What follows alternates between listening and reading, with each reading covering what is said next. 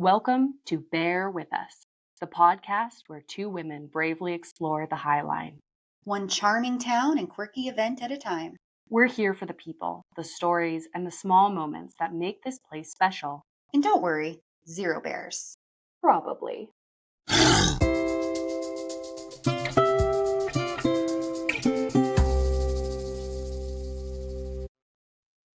Welcome back to Bear With Us, the podcast from Bear Paw Development, where we share the people, places, and projects that make North Central Montana so special. I'm Sarah. And I'm Julia, and today we're talking about an exciting step forward for downtown Havre, the effort to establish a tax increment financing district, or a TIF.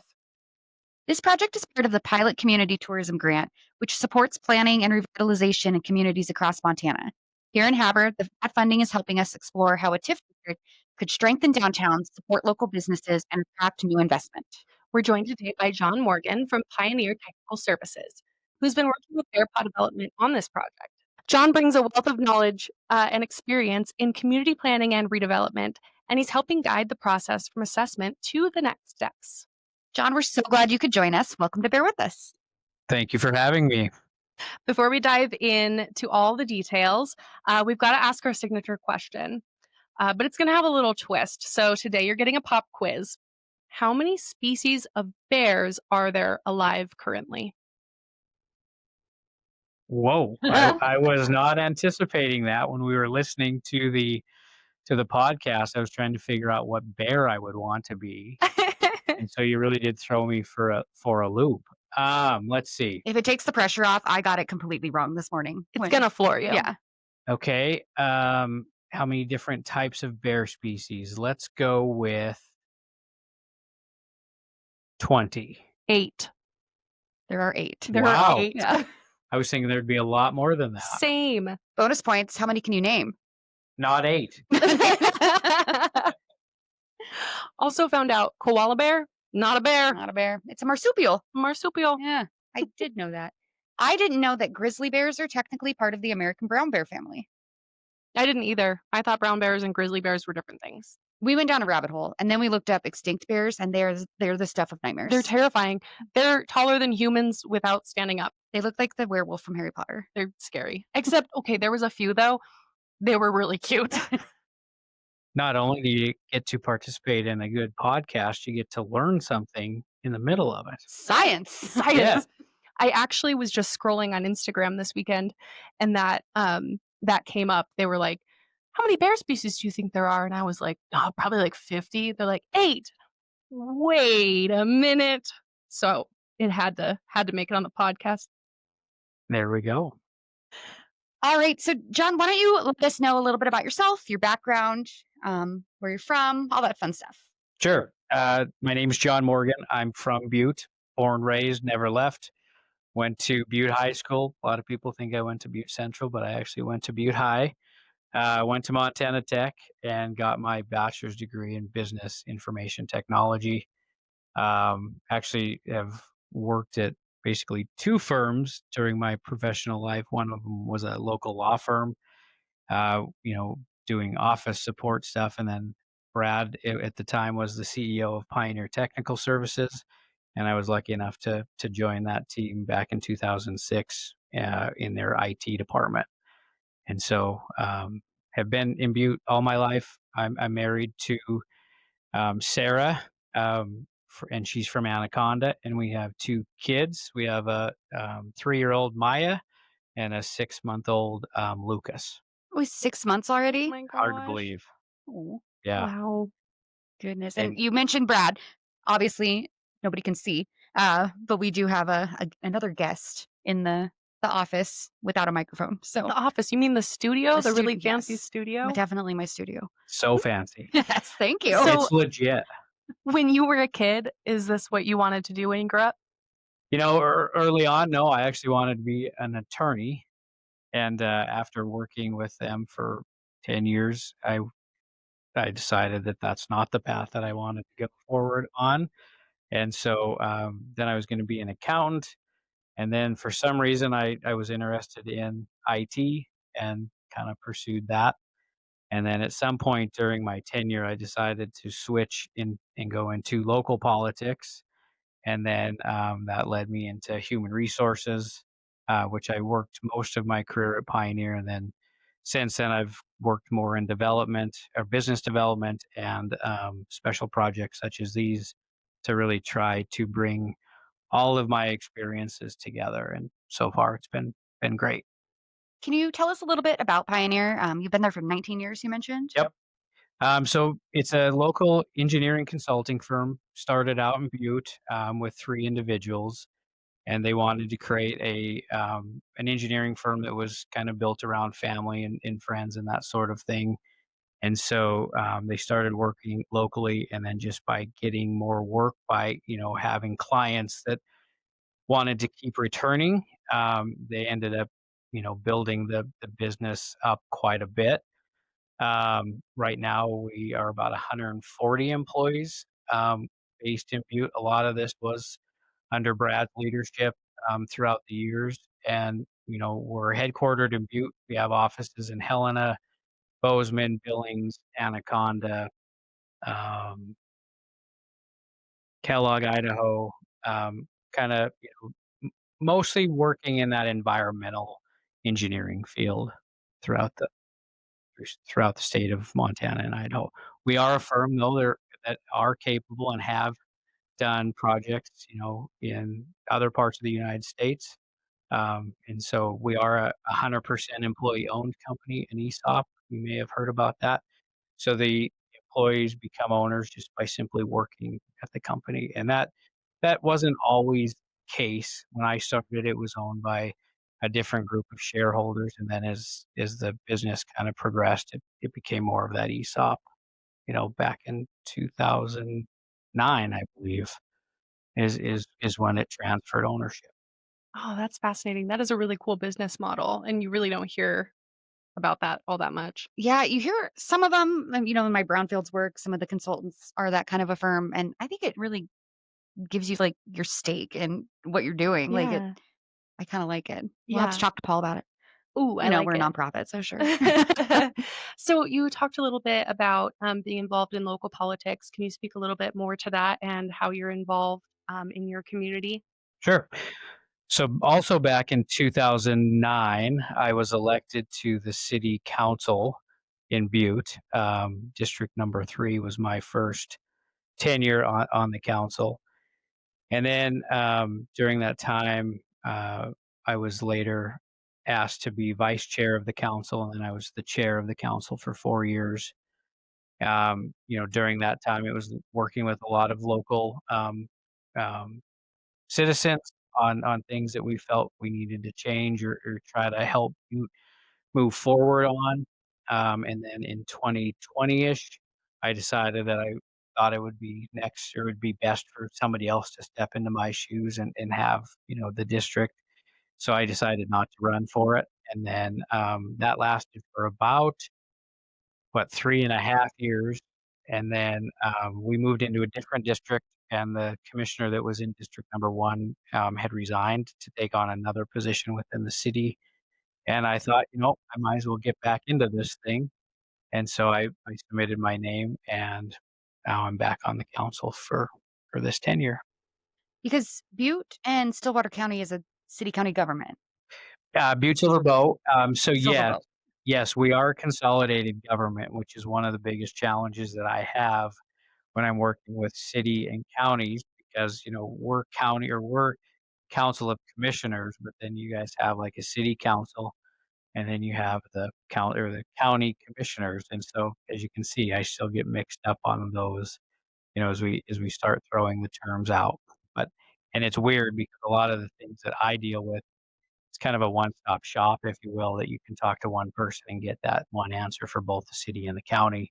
Here we're dealing with um, multiple people that we have to, see if it's in the city limits, or if it's in the county, and then adapt from there. So it's just different. And one of our county commissioners is a real pain in my butt. Gotcha. Or yeah, your husband? Yeah. Gosh. I don't know how I don't know how I live with him. Oh my Oh, it goodness. can't be that bad.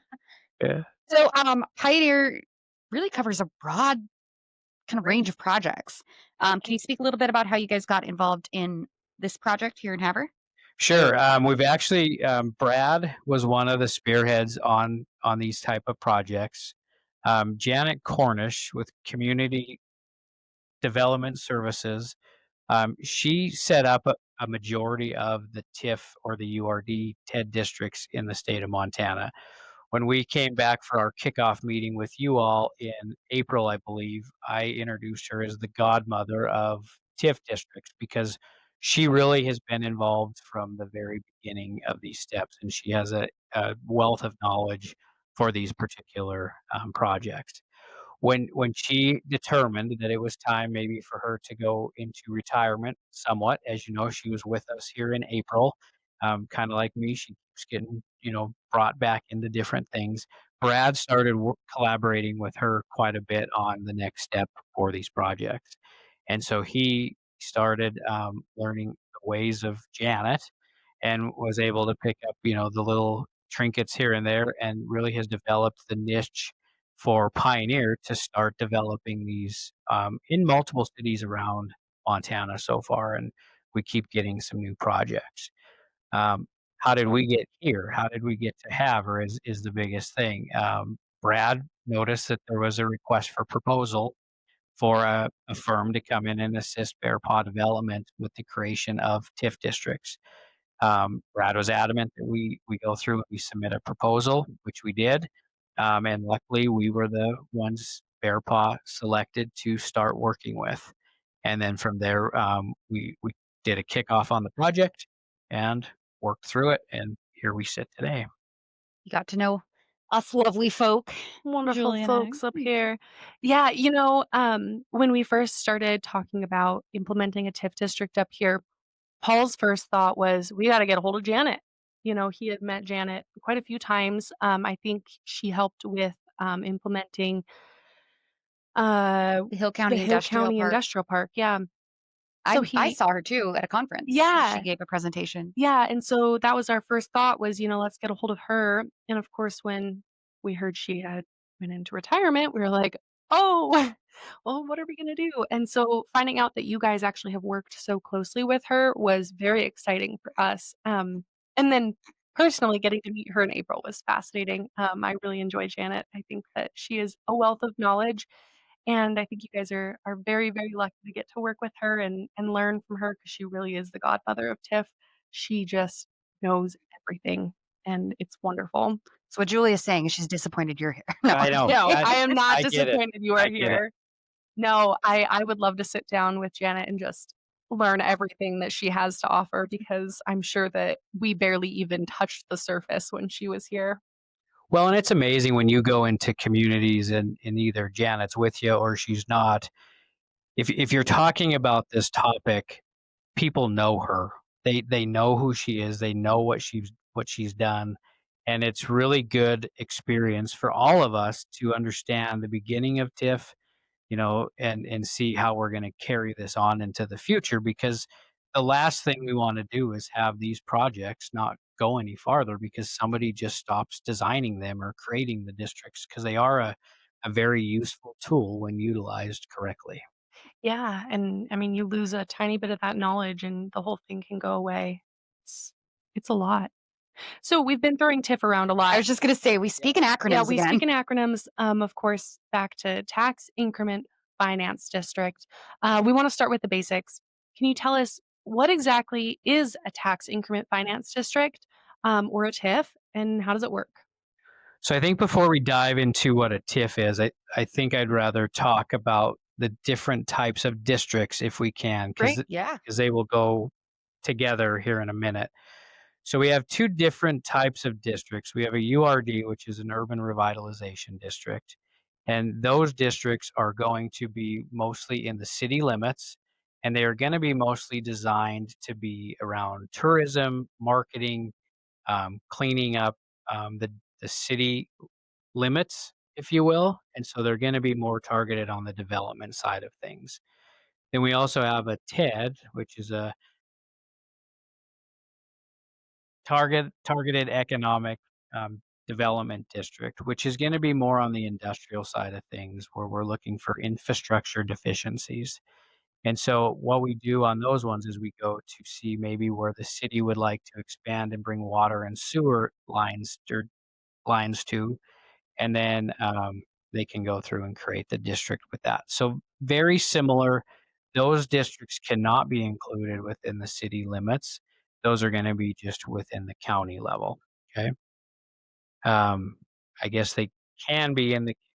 They're just more often outside. Yeah. Yeah. Industrial tends to be more in Yeah. the county. There's just more space. A little bit, yeah. Although we do have a lot of space here in town we'd like to fill. And they can somewhat overlap in what they do, correct? They can overlap in the sense of what their main objectives are, but the districts cannot overlap one another. Right. So you can't have a URD and a TED overlap within the same streets. And I guess you could think of that just because of, where's the tax money go if they do overlap Yeah, on. that makes sense. So it's a district that has the tax increment financing included in it. So it can have it, correct. So you go through and you create the district, URD or TED, and then that creates the district that you could, talk about what to do within that district. But the biggest question is how do you pay for things that are going to be built or corrected within those districts? And that's where that TIF funding comes from. And basically when you use TIF funds, you are taking a base year. In this particular case, we would be looking at having the base year of 2025, and whatever the tax value is on the properties as of 2025 would be kind of locked in. So your local municipalities, your school districts, fire departments, that's the funding that they're going to be receiving going forward while the district is in existence. And then next year, what you hope for is that, based on what we've done or what you all have done, I mean, that's the biggest thing is that this is really the city's um, project as soon as the district is created, if they decide to create the district. The difference between what the 2025 base year is and what it goes up, that can basically be reinvested within that district for projects that the board that gets established after the creation of the district decides what to do with it. Now, I will say that there's some people that, say that it's always going to hold or it's always going to be a positive number that first year, which, mind you, really, historically has not been a huge amount of money. We've actually seen districts start out in the negative because for whatever reason, once a district is created, if their property value decrease, that provision could have a negative, and so it might take you a couple of years to really get the district started. And the way that money is kind of gathered is, like you said, you have the base year. And then it's 15 years, correct? Is how long the district's in place? Yes, it is 15 unless you decide to do bonding, then it could go up to 25 years, 30 Yeah, to 30 30. years. And that would be the city's hurdle to cross Yeah, if they at their wanted to. discretion. But then everything above that base is what gets captured and put into like the money that you can use to make improvements. Yeah, so the increment gets included in what you could use to fund the district. There is a little bit in there for centrally assessed properties or university mills that you would take out of there. We do have a graph, and I'll be showing that at tonight's council meeting to really show what that looks like. It's not as big as what the graph represents because it's such a small number, but mostly that's what gets reinvested. So, as a quick little synopsis, basically what an urban revitalization or renewal plan um, and a TED would be doing, they're basically just plans to say, this is what we want this area to look like. This is the deficiencies that we see. These are the things that we want to have improved. And then the TIF comes in, and that's how you finance it. Correct. Yep, it provides the funding for the district. Yeah. You know what's so fun right now? Because we've been living and breathing this project since, like you said, April. Yeah. When it became concrete. And I am just now realizing how difficult it is to explain this without the visuals. So, we've had graphs, we've had visuals the whole time when we're doing it. And now I'm like, oh, I got to use words. Yeah. It's a little trickier. Maybe I'll throw the graph up here. It's on our website too. Yeah, we'll link that in the description below if you wanna check out the actual graphs and, other visuals that we have. 2 Yeah. seconds. When we talk about TIF, one thing that I just would want to clarify is there's been some conversations that they always look at TIF as a new tax or an added tax to the community that these are in. And that is not correct, meaning that this is not an additional tax that the property owner would be paying into. It's just a kind of a different way of paying taxes. You have your base year and then you have that increment. And as the district, as the area starts to grow, you would assume the property values go up in value. And so that's where you might see that increase of tax, if you will, being paid. But it is not an additional tax to the property owner. And I like the way you said that it's not the property tax going up, it's the property value going up. Yeah, and, we did a little bit of, looking at a little bit of math today, and, according to my math, in Hill County, so say that your property value is worth $500,000. Well, you're paying about 5,000 in taxes, per year, because our taxable, value here is about 1.1%, give or take. Um, so if you were to invest $15,000 into your property, meaning that your property is now worth $515,000, you'll pay an additional about 165 in taxes. And that 165 goes into the tax increment finance district. So that will get reinvested later, either directly into project dollars or into match dollars for grants. And I was looking up bears while she was doing this That's because true. I don't do the math. Looking at the 8 species of beer. Yes, Yeah, I'll wait. I had to make sure that was the most important duty on my day. Okay, so can we talk a little bit about why TIFs are such a valuable tool for communities that are looking to revitalize downtowns, or why they encourage great economic development? So I think to answer that question, I think the biggest thing to remember is that using a TIF district or URD or TED is just another tool in the toolbox, if you will. Obviously, there's all kinds of tools that could be utilized to achieve the same things. And I think it's really what the city or the county decides they want to utilize.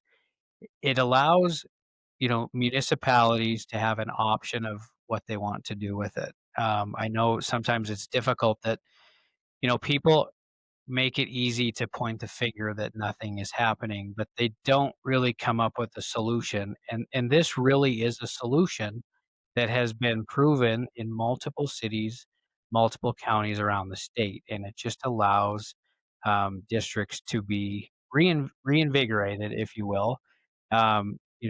Looking at Bear Paw, your guys' main goal is for development. And so you have this tool that would allow the city to do this without having to, really overburden its taxpayers, moving forward. And it's only as good as the people that are backing it. Meaning, just because you create the district doesn't mean that the district is going to succeed. It really is a community effort, and if the community doesn't get behind it, not much will change, in that district. And so what you're hoping for is that you get buy-in from almost everybody within that district to really keep pushing it forward. And I say almost because chances are you're not going to get every single person to do it. But if you can get the majority of it and you can get people to really back the district, you'll see exciting things coming. And as a quick aside, I think that not everyone is talking to their city government officials, or even their county government officials, and maybe they don't understand how tax dollars work and how the city dollars get spent. Um, the city does not have a plethora of money in their pockets to go towards things like sidewalks and roads. Unfortunately, those are very expensive things, and there are so many of them around our city.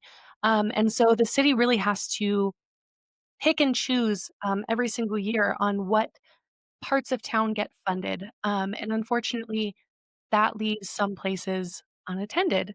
Um, and when that place is where most people either gather and or drive past, it kind of makes your town look sad. So I think with this fund, it's going to specifically put money aside that will be able to help improve those things. Sidewalks, a little bit of road, some beautification, um, because Havre deserves to be beautiful. We deserve to get to look at beautiful things. It's been your like mantra. She's been saying it for about a month. Like, we deserve nice things I too. want nice things. I don't want to live in a concrete jungle that's falling apart. I want it to look nice. And I think that, we hear it a lot that, well, how do we know it's going to work here? Havre's not like other towns. Havre is exactly like other towns. It will work here. To that note, though, and I'm going to circle back to something that we've talked about quite a few times in this podcast is that I'm going to blame Kevin Costner. We're not like Bozeman. I will give them that. We are not like the Bozeman area. We're not and trying to be Bozeman. Yeah, thanks, Kevin Costner.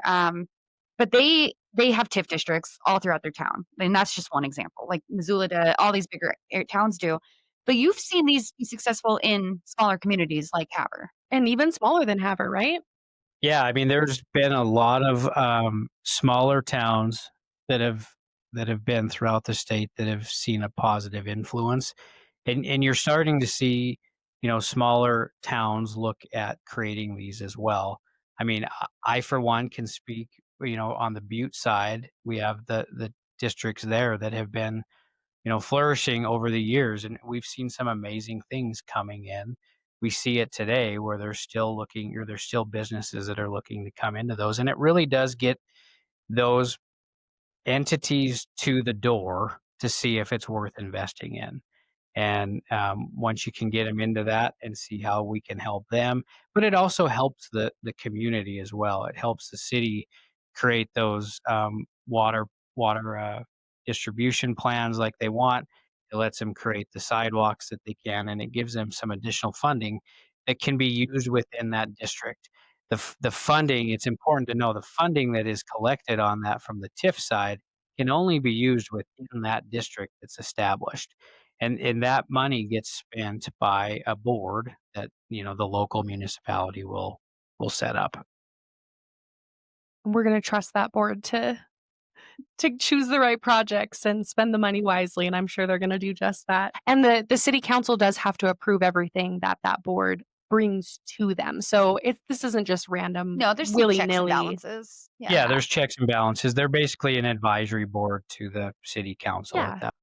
As most boards for the city council are. So it's very we're not rewriting or we're not reinventing the wheel here. Okay, so obviously you have been hired. Sarah and I have said to many people, we know a bit about TIF districts and the URD, but we are not experts, nor will we ever claim to be. Nor do I want to Nor be. do I want to be. There's a reason that we had to hire this out, and that is because this type of a project has so much that goes into it. There's so much behind the scenes, so much paperwork, a lot of research. Can you kind of talk about the data and analysis that goes into determining whether a TIF district is feasible for the community, and then how you create that TIF district? Sure, it is a very lengthy process in the sense of just making sure you get all of your ducks in a row, if you will. The very first step that we would go through, we have what we call as a kickoff meeting, and that's where we're trying to decide what the district boundary is going to look like. And that really is a task in itself, because a lot of places you'll go to, they might want to make the whole city a district, but you can't do that for taxing purposes, right? Because the city still has to survive, with their full taxable values going to the coffers, if you will. And so it's really trying to decide what that district is going to look like. You almost always need a starting point. On this particular case, we started with the Havre master plan that you guys all developed, and in that there was a section where a good district would have been utilized. And so then when we came up here for our meeting with Janet, she's taught us to really keep our an open mind and don't just develop something that would work for us today. We want to develop this district so it can work for the next 15, 25, 30 years, whatever it might be, to try to, use the district to its full potential. And so on this particular thing, when we developed the district, we've met with city officials, we've met with Bear Paw, and it was determined that we wanted to expand that a little bit because there's a lot of visions that everybody in this town has, and we want to make sure that we incorporate all of those within this district. And so one thing with the creation of the district is it's better to start kind of in a bigger district because we can always bring it down if you needed to before the creation of the district. But once we make those initial stages where we do the statement of blight or something like that, that district cannot grow bigger, right? We can shrink it by a little bit if we need to, but you can't go back and make it bigger. So you really want to get the district as close to being right at the very beginning that we can. And a lot goes into making that district, and then having to notify every single property owner in that district, so it's not just, an easy line drawing on a map. Yeah, and part of the creation of this district asks you to create the statement of blight, which, the city council adopted early on. I believe it was in June 2nd, I think, was when they adopted it. And part of that requires us to go around the district and make sure that there's, you know, uh, blight, if you will, which Everyone loves that word. I hate using So the. harsh. Oh, Yeah. it is. It's that you think there would be a better term. Now blight can be anything from, sidewalks not having, ADA compliant ramps on them, or, it could be something awnings don't look the greatest. There's a lot of things that would contribute to blight. You'll hear that quite a bit when we're writing these. And it really is to just point out that you can't create the district in a district that is, Beautiful. beautiful and set up. There has to be a reason because all of the documentation, if the city council decides to go with this, has to be sent to the Department of Revenue in its entirety. And so you have to make sure that it passes their test when they're going through and looking at it. Um, But we also wanna be very clear that, we are not by passing the resolution of blight, the city council and us here that have helped, get these, bring these to fruition, we are not saying that every property within this district is the ugliest thing on earth and needs to be completely revitalized. We're just saying there's enough that does need revitalization that we could use some improvement. some of the worst looking buildings will be the most spectacular buildings at some point because they have true historical um, value to them, and this district just enhances that because as you guys know, your historical buildings, you don't want to see anything happen to them, so we'll help rebuild them for future generations to be able to utilize those buildings as well. Yeah, and I think, some people often hear, urban in urban revitalization, and they think concrete. You're going to make a concrete jungle. That's not what we're doing. We are very focused on historical preservation, and just enhancing what's already there and bringing it back to life, um, bringing it back to what it used to look like. So where are we currently in the process? I mean, we know because you guys are up here, but do you want to give a rundown on kind of where we're at now and what the next step is? Sure. So tonight at the council meeting, I guess today's November 3rd. This podcast will be airing later. So tonight really is the first reading of the ordinance that would go through and establish the district with the TIF provision. It's the Urban Revitalization District Plan. I think we called it the Havre Revitalization District. And so it would really be that first reading of that ordinance. And part of that is you're required to have a public hearing. And so you guys, the city of Havre, have had one in October the 6th. I believe you held one as well.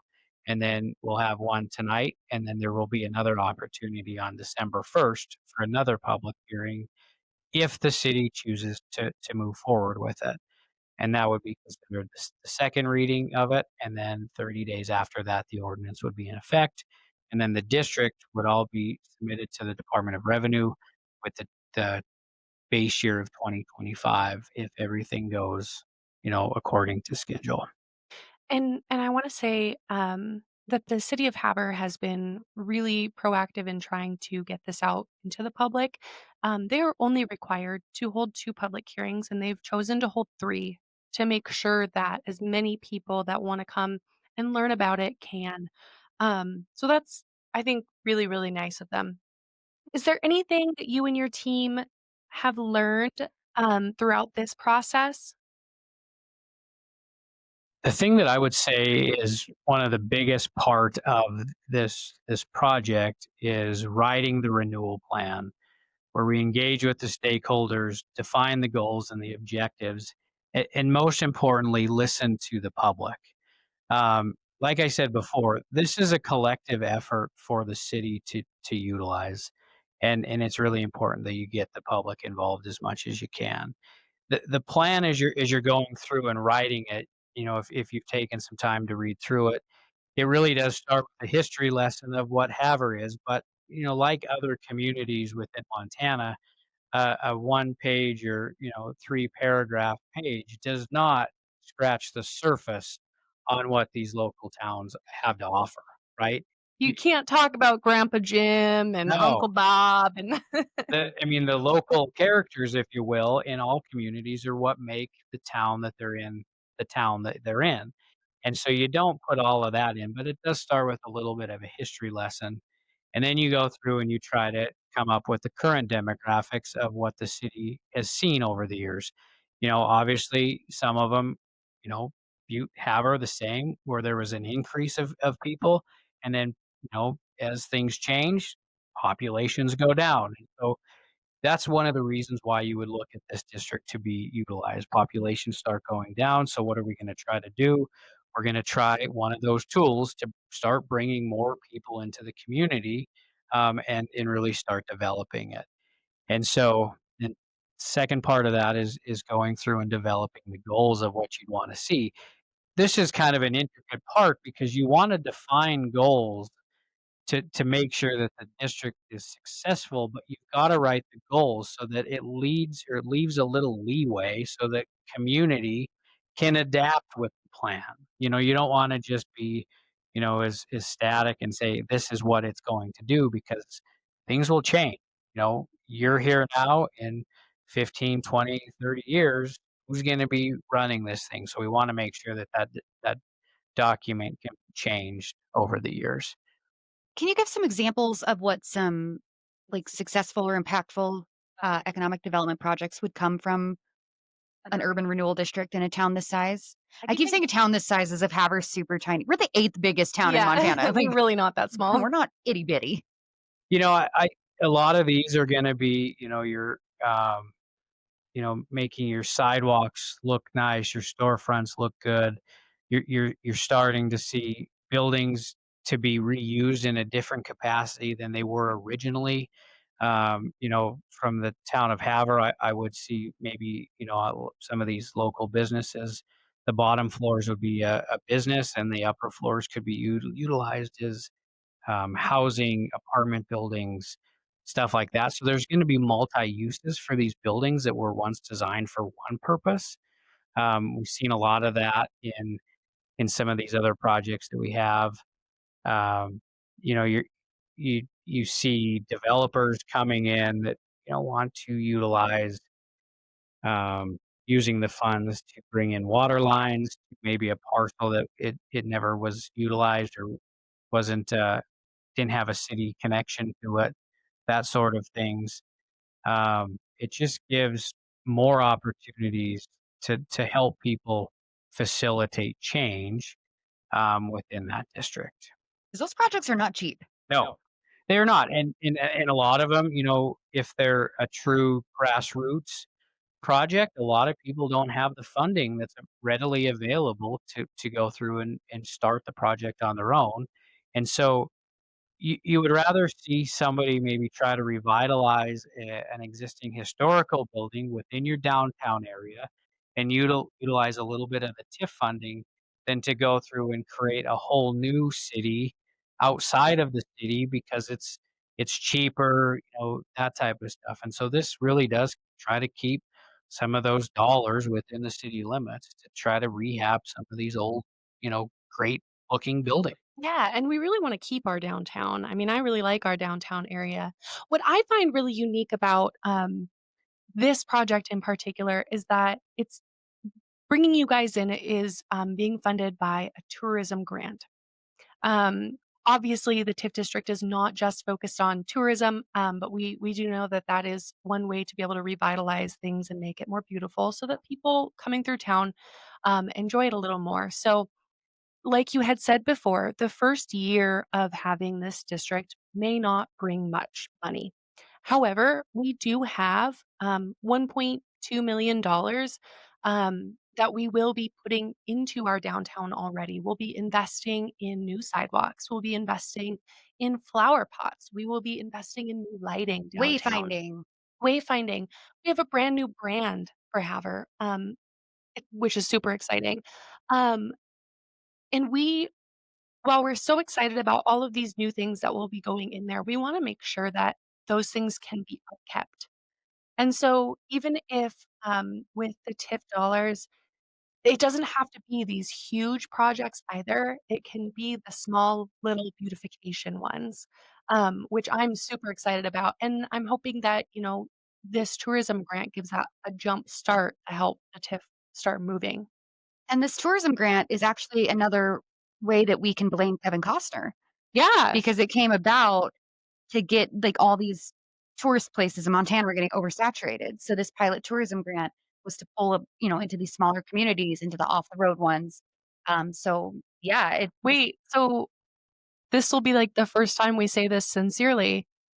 Thank you, Kevin Costner. I will not say that, but if you want to, um, you're the one who has to reconcile that with yourself. So Just as long as we don't use helicopters for cattle drives, right? What? That's the one. That's so real. We definitely do that. So what are some what are your impressions? I mean, you've been here a couple times throughout this whole process. What are your honest impressions of our community and of Havre?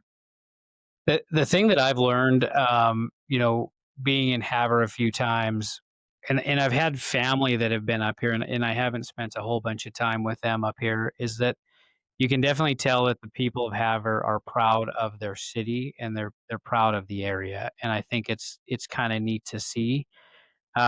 What I really like about it, and is there's a lot more historical things here. Um, than what I ever imagined. When you start writing this plan and you're reading the history of it, I didn't realize what all went here, back in the day. I mean, to me, it was an egg town or an egg city, and that was all that it was.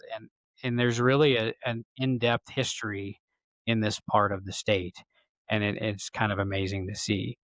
I don't think Havre's completely different than a lot of other cities in this area. I mean, you've seen the historical side of things. The city is its own treasure and its own people, and I think that's what's been most impactful for me. I definitely see a potential of growth in this area just because of how it's laid out, in the city and what is in this area. I mean, it has a lot of potential. I think we just really need to get a tool from the toolbox that will enable Havre to go to the next level. And the word 100%. growth can scare people.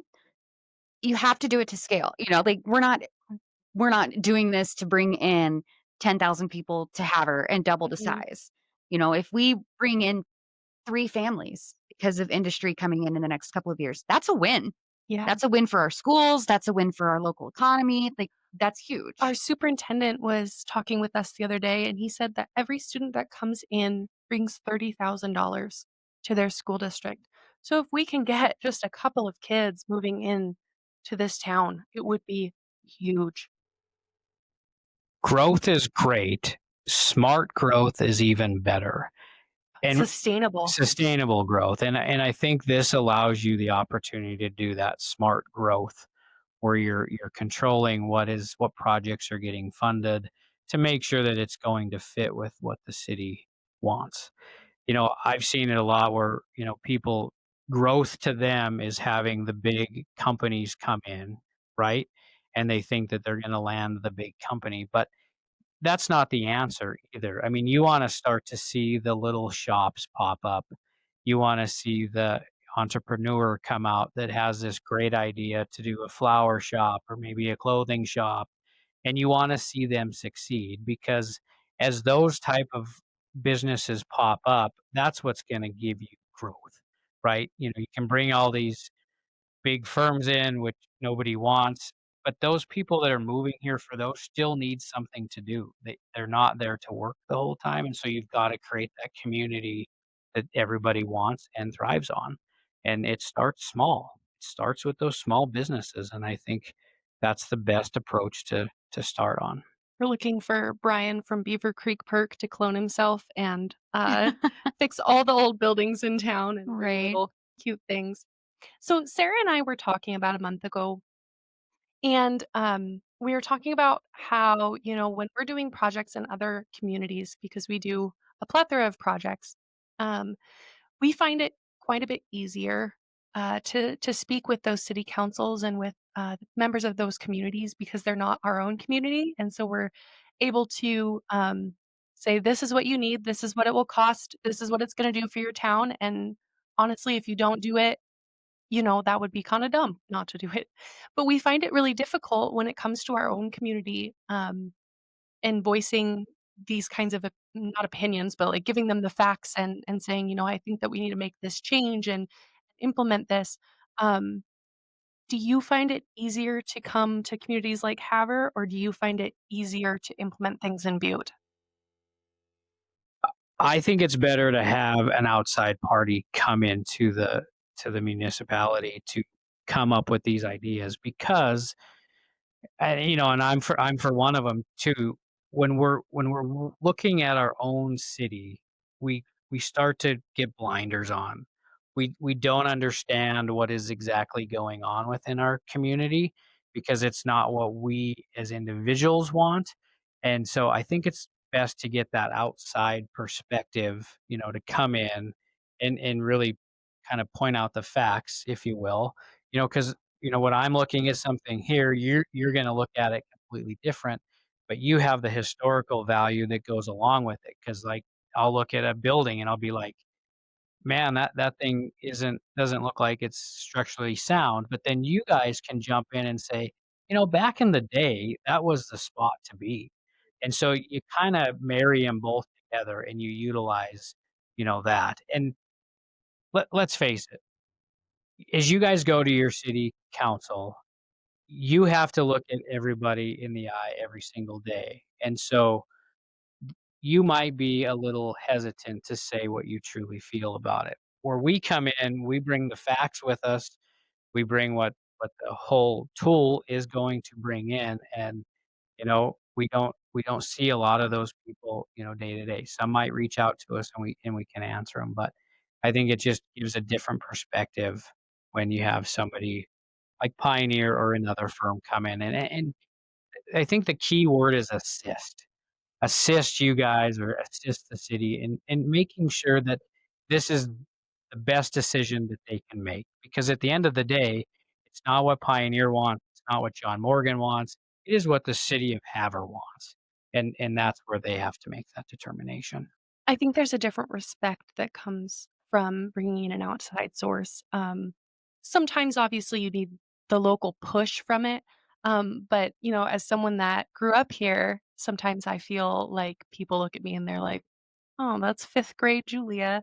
And so it doesn't always feel like they necessarily respect my opinion on things as well as they would respect someone with an outside view on it. So it's been And nice. just to give some like a different point of view on this, I grew up in a small town in Illinois. And I remember growing up being like, I want to get out of here. I cannot stand this little farming community. I'm ready to bust out and do it. And then in the 20 years that I was gone, they did some things. They put in some urban renewal districts. They really did a lot. They have a huge sports complex and stuff. So in July, when I went back for my high school reunion, and I was like, showing my husband where I grew up, I was like, I would live here. like I would look up jobs and houses and move here. So That's what I want my daughter to think yeah, someday about Havre. like I have a different lens, I guess, of looking at revitalizing your town because it was still the same town, but better. Well, and when you see those changes as you're living there, they seem less significant because you see them day to day. And then as you go back, 5, 10 years later, you really notice all those small things have added up to a big project, which again is an opportunity that this district could bring into the city. Yeah. Yeah, absolutely. I mean, if a tree was to judge itself on what it grows day by day, it would think it was never growing, right?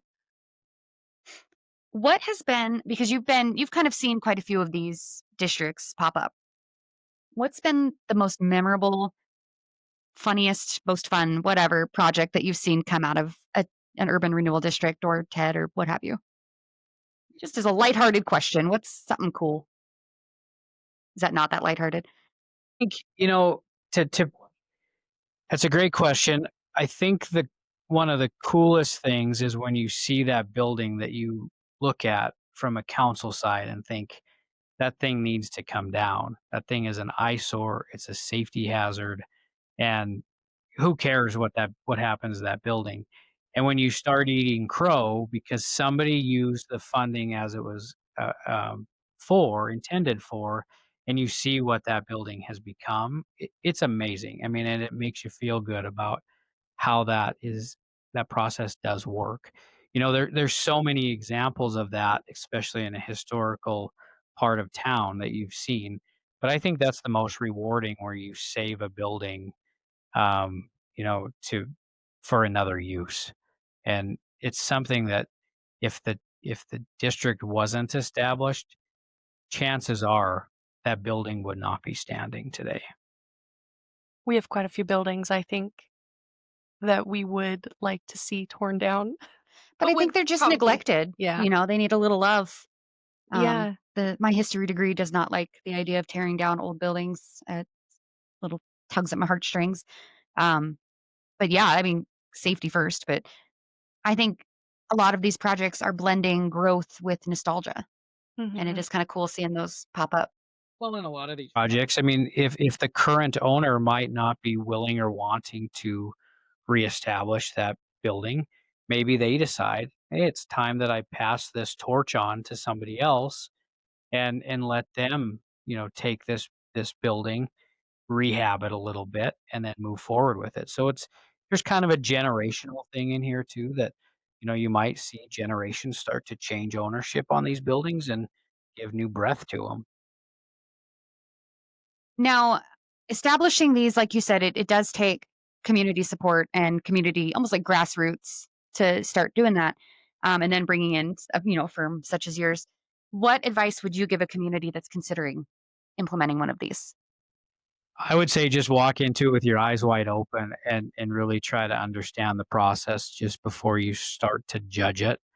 Try to understand the facts, try to understand what the whole intent of a district might be, and reach out to other communities or other individuals that you might know that live within a community that have a TIF or a URD or a TED district, and just ask the questions like, what are the good? What are the bad?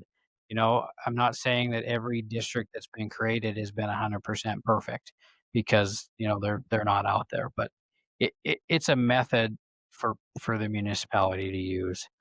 um, just keep your eyes wide open and really understand the process, and you know make sure you understand it before you start throwing rocks at it. Lessons let the like, that would be for life in general. Yeah. Like, quit being so mad until you understand it. Yeah. 100%. And I do think that this process is good. As far as we talked about the public hearings, and you guys had three. At the end of this, you'll end up having three. It's good that it allows people a little bit more time to digest it, and so they could attend the meeting in October, they could kind of chew on it and see what questions needed to be asked. Sometimes you see, there is a deadline on when you have to establish these, and that window, even though it follows the law, you know, um, might seem too rushed for individuals. And and so, you guys have allowed people some extra time to go through and do it. Some people may think that we've rushed through this, but if you really look back at our schedule, we started in April.